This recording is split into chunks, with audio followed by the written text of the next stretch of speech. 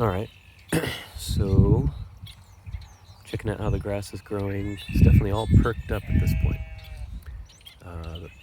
When I brought the animals out of the paddock, the grass wasn't really perked up. It was all kind of laying over, similar to what you're seeing here. So notice here the animals have been in here for about 4 days. Brought them in here on Saturday. It's now Wednesday, so Saturday, Sunday, Monday, Tuesday, Wednesday, so 5 days. And it's all kind of knocked over.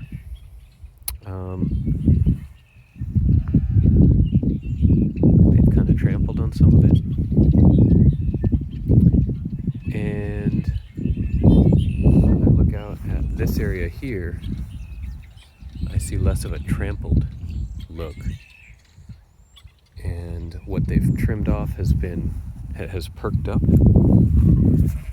What they haven't trimmed off, so see there's some grass there that wasn't trimmed off. It's still kind of laying over, but it doesn't look trampled. It just looks like it's too long to stand upright. Whereas here, this honestly looks trampled. So even the stuff that wasn't trimmed off is still starting to stand back up. In terms of length, it's hard to say exactly how much the length has recovered, how much it's grown out. Hey, Mama. Hey, Mama.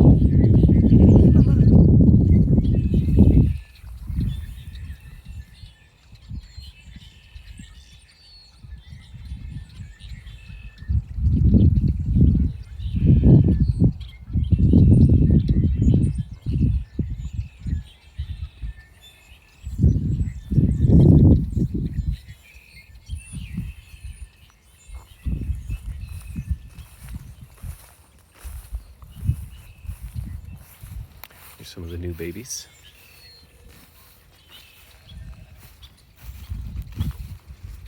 The little black and white one is a boy.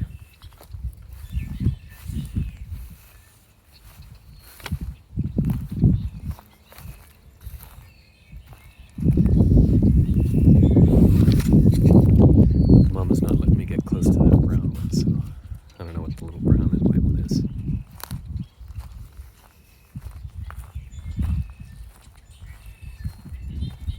Hey, black kitty. Hey, black kitty.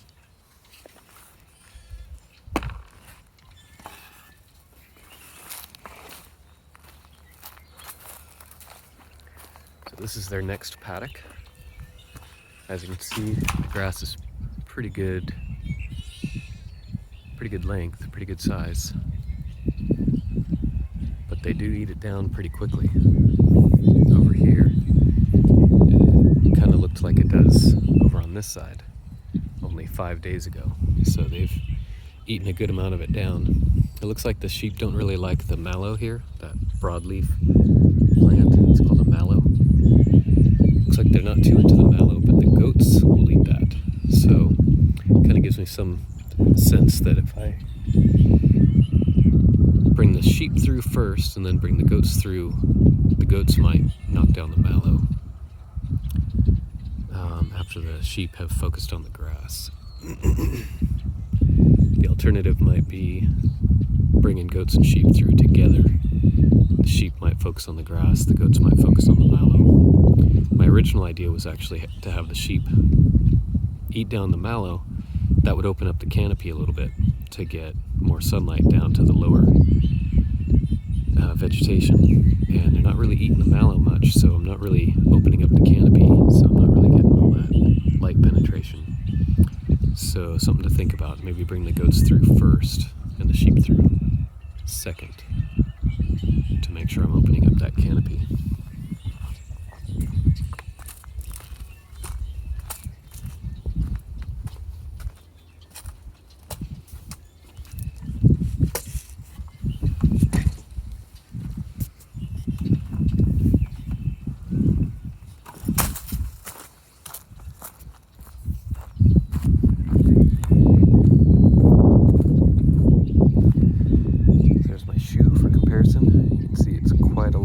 taller than my shoe. It's probably about a foot tall at the highest. fast. That's decent for this type of grass. This area wasn't raked, it wasn't seeded, it's just natural grass that's growing here. Got some clover here, mallow. Not sure what this is. I've always wondered what this is.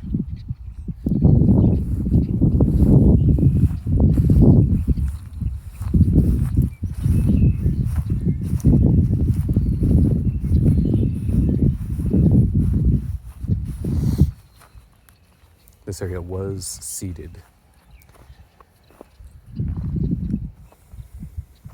And it's been a pretty disappointing rain year. We had lots of rain in December, and then somebody turned off the tap, and there's been pretty much nothing ever since.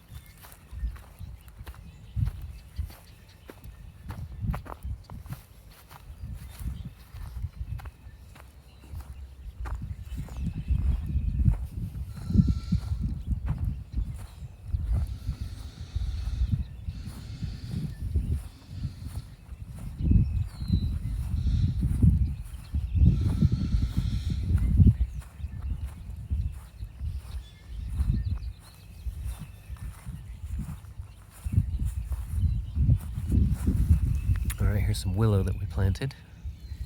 Just cut a bunch of sticks and stuck them in the ground, and you can see buds coming off of them. Got a whole bunch that are underground that basically I just shoved the stick in and went all the way in the ground. So this is above ground, so it'll make shoots. I'm not sure the below ground ones might focus entirely on roots at first before setting up shoots. Here we go. Here's a willow with some shoots coming off of it.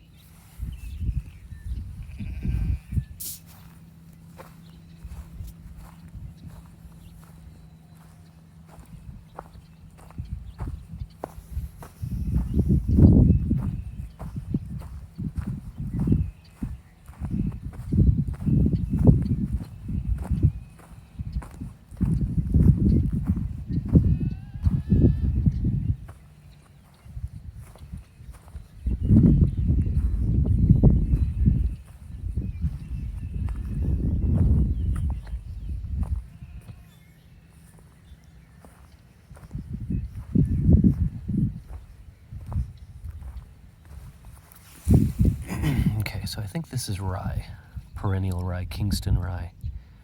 And this is something that I seeded out here right before a rainstorm. This is barley, but this is rye. And I seeded it right before a rainstorm, hoping that I'd have more rainstorms after that. And the rain just hasn't come this year. The day that I seeded this, that rainstorm was the last rainstorm for the whole season so far. And it's basically given the grass enough moisture to get established, but not so much that it can actually grow. So I'm hoping that we get at least another couple of rain showers. Even just showers would be amazing. Storms would be better, but I'll take showers at this point. And I think if I can get some showers or storms, this rye that's established will really start to take off and hopefully go deep down into the soil where there's more moisture. We did have a couple of really good storms in December, so I know the soil got not saturated, but definitely got a decent amount of moisture in it. So if I could just get these roots to go down deep enough, might be enough to get the rye to get some extra water for its growth.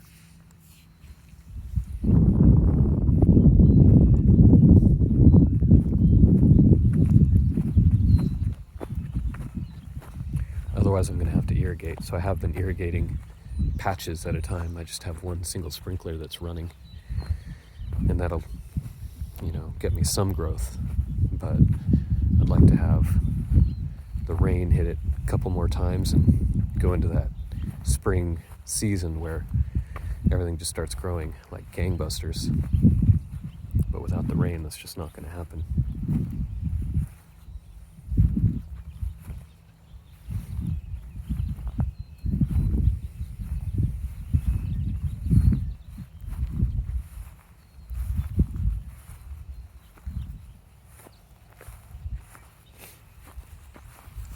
Another willow branch. Let's see if we see any buds. Yep, there's a bud forming there. Some forming on this side. So far the willow has been a success.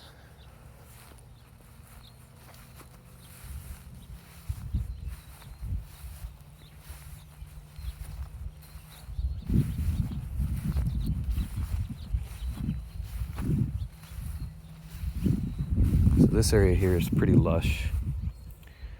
I don't know what it is, but this particular area always grows a lot more than the area down the hill. So in a pinch, I can fence off here along this fence over to this fence, and that would give me a paddock to move the animals onto that wouldn't end up damaging things in the long run.